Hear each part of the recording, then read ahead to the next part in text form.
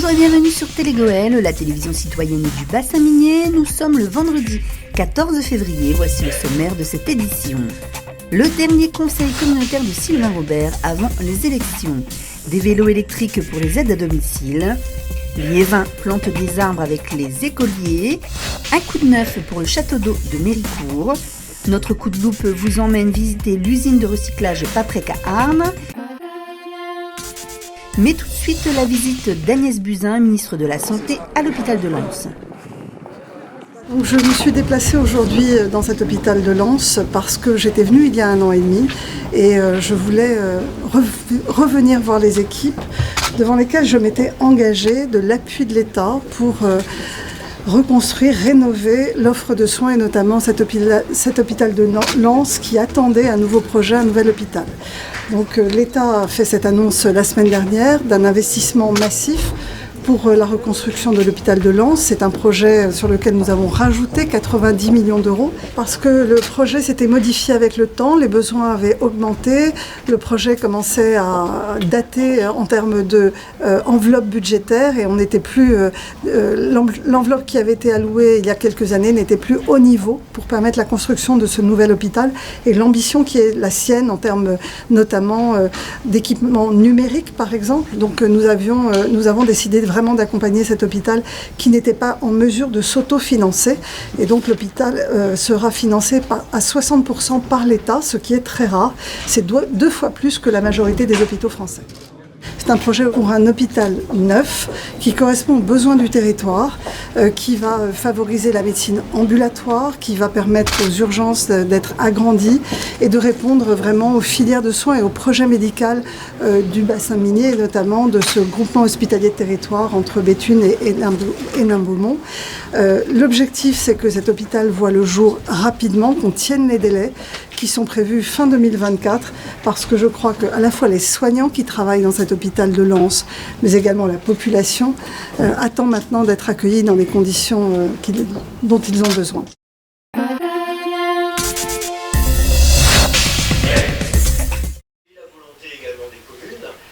Jeudi soir dernier, c'était le dernier conseil communautaire du mandat 2014-2020 pour les élus de l'agglomération de Lens-Liévin. On écoute tout de suite Sylvain Robert, le président de l'agglomération, après cet ultime conseil de mandature.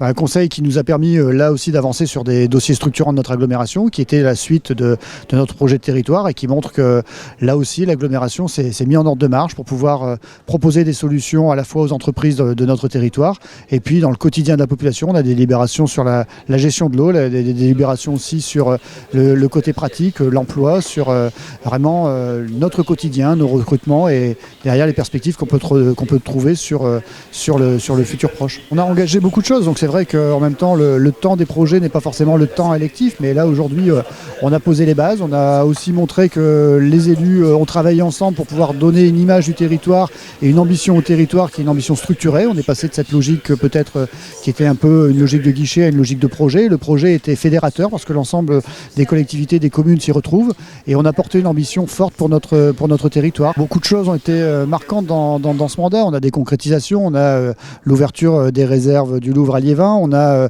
l'ouverture du musée à Souchet, on a des actions plus structurantes en termes de développement économique sur nos parcs d'activités, on a la concrétisation de la Souchet Aval avec la chaîne des parcs. On a vraiment là mis des jalons pour structurer notre territoire et avoir des propositions dans tous les domaines qui sont les domaines de compétences de la communauté d'agglomération de Lens-Liévin.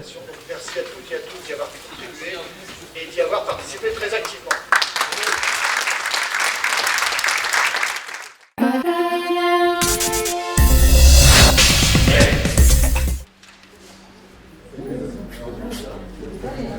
Cette semaine, Filiéris a expérimenté la mise en disposition de vélos électriques pour ses aides à domicile en partenariat avec Decathlon. Ça répond à 2 objectifs. Le développement durable, c'est vrai qu'il y a beaucoup de voitures, donc le vélo, il faut s'y mettre. Et puis aussi, c'est que nous avons beaucoup d'aides à domicile qui n'ont pas de voiture personnelle pour aller travailler et tous les déplacements, ils le font à pied, quel que soit le temps, et donc c'est quelquefois un peu long. Voire même contraignant, le partenariat avec Decathlon semble être une bonne solution. Quelques volontaires expérimentent le projet pour une durée de 6 mois. Et puis en fonction des résultats, on verra pour continuer à équiper notre personnel.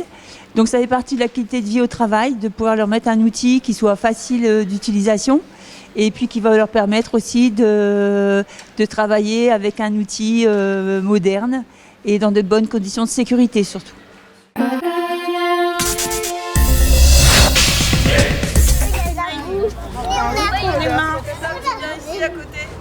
La semaine dernière, les élèves des écoles Pierre Brossolette et Freinet ont procédé à une plantation de 100 arbres, en partenariat avec l'association Canopée Reforestation. En fait, on a été contacté par l'association Canopée il y a quelques mois. C'est une association qui travaille sur la reforestation du Nord-Pas-de-Calais, qui est la région la moins boisée de France, qui nous a proposé des plantations avec soit des riverains, soit des enfants. On a sauté sur l'occasion pour faire cette première plantation avec les enfants sur ce site. Le but, c'est de sensibiliser les enfants, de sensibiliser déjà à la plantation, de sensibiliser aux arbres, à la végétation qui nous entoure et aussi de les sensibiliser à tout ce qui va être destruction parce qu'il y a énormément de destruction des végétaux sans savoir à quoi ça sert. Alors c'est prévu d'avoir d'autres plantations avec des enfants sur d'autres secteurs de la ville de Liévin dans les années à venir. On arrive en fin de saison de plantation, et en plus comme la nature elle est un petit peu en avance, en moyenne d'une quinzaine de jours, je pense que ce sera une des dernières périodes de plantation jusqu'à fin février. Après ça va être un peu compliqué, mais on pourra reprendre des plantations à partir de novembre de cette année. La prochaine grande manifestation, ça va être l'installation d'une cabane à hirondelles sur le secteur du Vent-de-Bise, donc avec participation des écoles entourantes.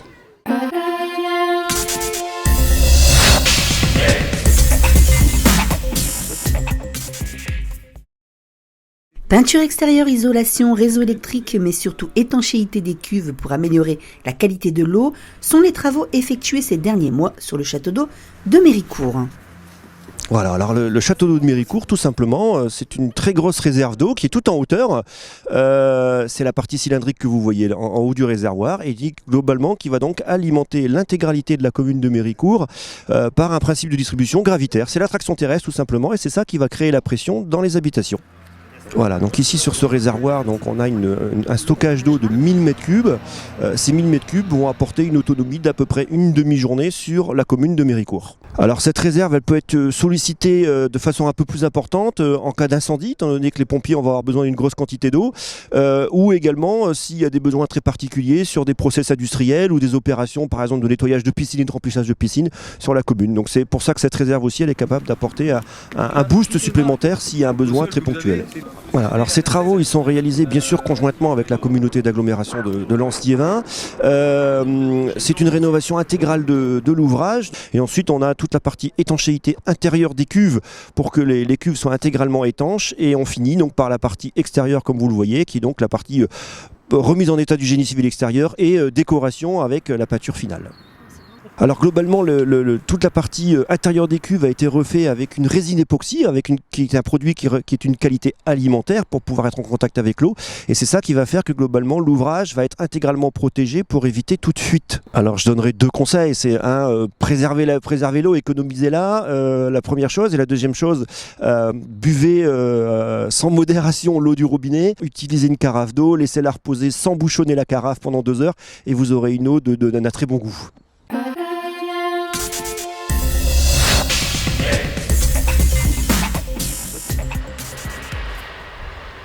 Depuis le 1er janvier 2020, le recyclage des emballages est devenu plus simple.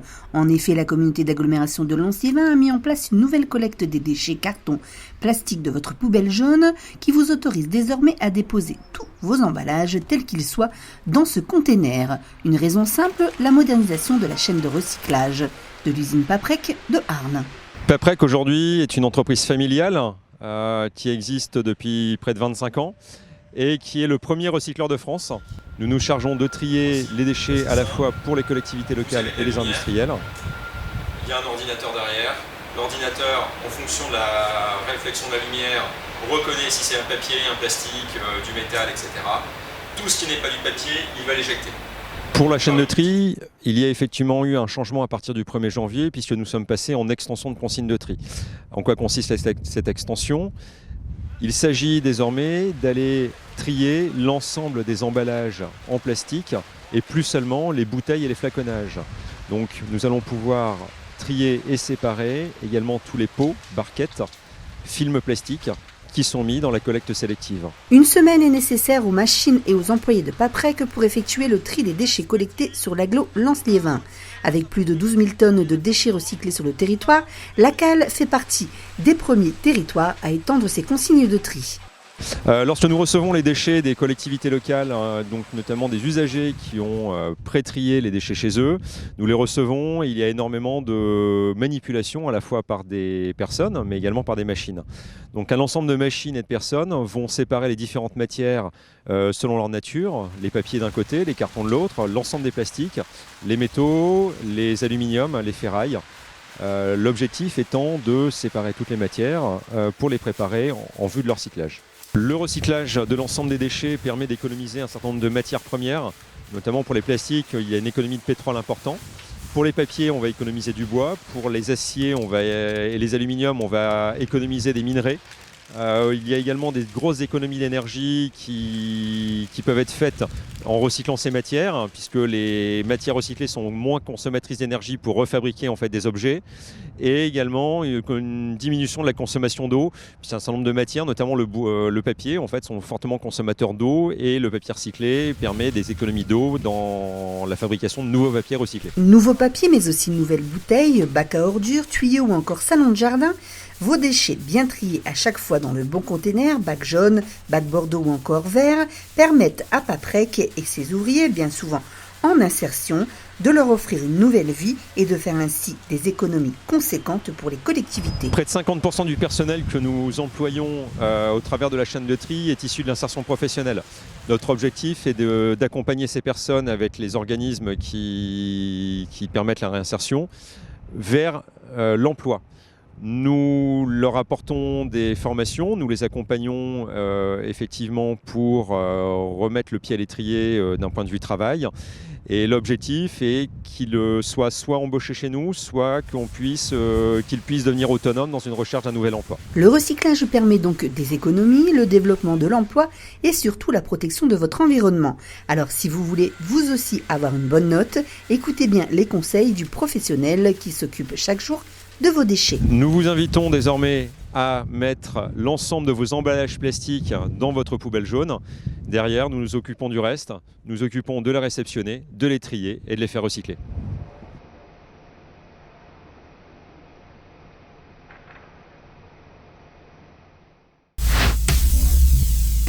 Thank you.